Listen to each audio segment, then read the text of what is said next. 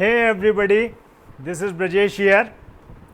Central Board of Direct Taxes, in a welcome move, considering the adverse impact of COVID-19 and resultant lockdown on large number of taxpayers, has further extended the timelines for various compliances under direct taxes.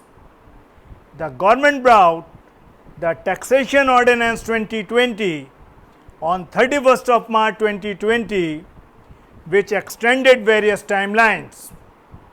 In order to provide further relief to the taxpayers for making various compliances, the government issued a notification number 35/2020 on 24th of June 2020 also. The main features of this notification are as under. Number 1, the time for filing of original as well as revised income tax returns for assessment year 2019-20 relevant to financial year 2018-19 has been extended to 31st July 2020.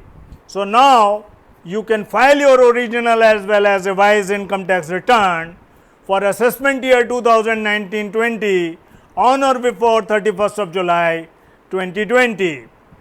Further due date for filing income tax return for assessment year 2020-21 relevant to financial year 2019-20 has been extended to 30th November 2020. Accordingly, the returns of income which you were required to file on or before 31st of July 2020 and 31st of October 2020 can now be filed up to 30th of November 2020. Consequently, the date for furnishing tax audit report has also been extended to 31st of October 2020. Please note that there is relaxation in filing the income tax return date, but not in depositing the tax. If tax is payable, then it should be deposited on or before the original due date only in order to save the interest liability. This means if original date of filing the return of income was 31st of July 2020 in your case, then the tax payable should be deposited on or before 31st of July 2020 in order to save the interest liability. If due tax is not deposited on or before 31st of July 2020, then interest shall be payable in this case. Therefore, it is advisable to deposit the tax on or before the original due dates in order to save the interest liability. However, in order to provide relief to small and medium class taxpayers, the date for payment of self-assessment tax in case of a taxpayer whose self-assessment tax liability is up to rupees 1 lakh has also been extended to 30th of November 2020. It means that if you are having the self-assessment tax liability up to rupees 1 lakh, then you can deposit the same on or before 30th of November 2020 without interest under 234A of the Income Tax Act. It may be noted that there will be no extension of date for payment of self-assessment tax for the taxpayers whose self-assessment tax liability is more than rupees 1 lakh. In this case, the whole of the self-assessment tax shall be payable by the due dates specified in the Income Tax Act 1961, and any delayed payment would attract interest under section 234 capital A of the Income Tax Act. The date for making various investments or payment for claiming deduction under chapter 6A of the Income Tax Act has further been extended to 31st of July 2020.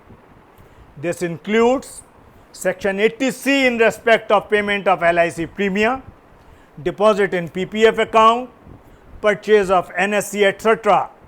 Section 80D in respect of payment of mediclaim premium, Section 80G in respect of donation to eligible or approved institutions, etc.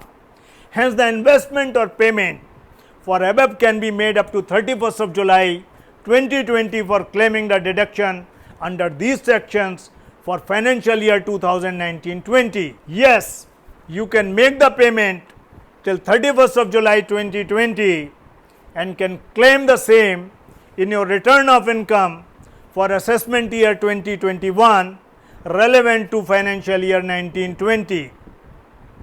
This is a big relief because due to COVID-19 and resultant lockdown, most of the companies were closed and some of them even did not pay the salary and wages to their staff and workers during lockdown period.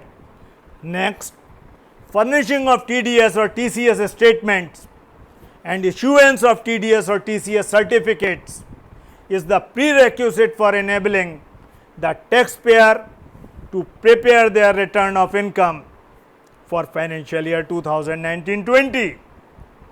The date for furnishing of TDS or TCS return for the month of February and March 2020 or for the quarter ending on 31st March 2020 has been extended to 31st of July 2020, and issue of TDS or TCS certificate has been extended to 15th of August 2020 pertaining to financial year 2019-20.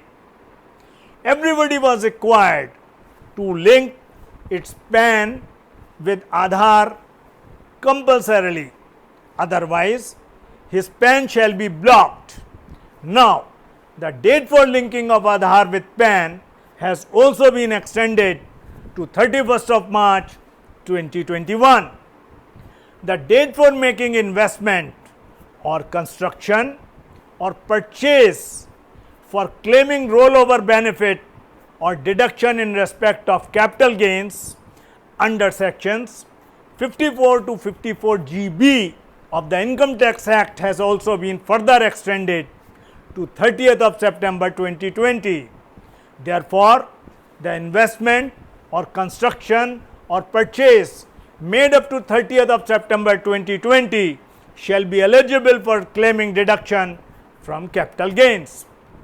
Various timelines specified or prescribed or notified under the specified laws, including the Income Tax Act, which fall during the period 20th of March 2020 to 31st of December 2020 for completion or compliance of the following actions have also been extended to 31st of March 2021. Number 1, completion of any proceedings or passing of any order or issuance of any notice, intimation, notification, sanction or approval or such other action by whatever name called by any authority, commission or tribunal under the provisions of the specified laws, or filing of any appeal, reply or application or furnishing of any report, document,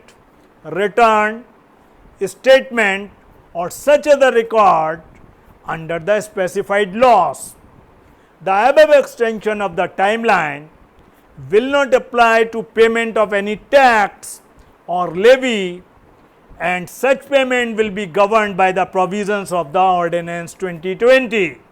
Further, it will not apply if separate timelines are provided for any specific completion or compliances. The date for commencement of operation for the SEZ units for claiming deduction under section 10AA of the Income Tax Act has also been further extended to 30th of September 2020 for the units which received necessary approval by 31st of March 2020.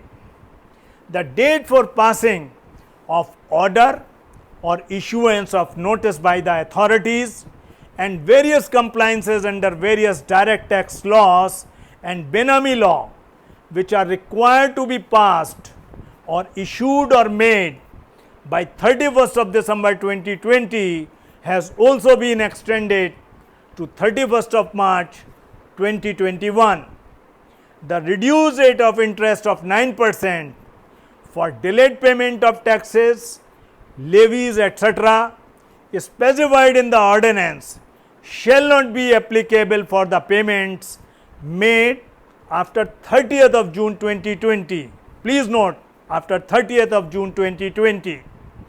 The Finance Minister has already announced extension of date for making payment without additional amount under the Vivad se Vivad scheme to 31st of December 2020.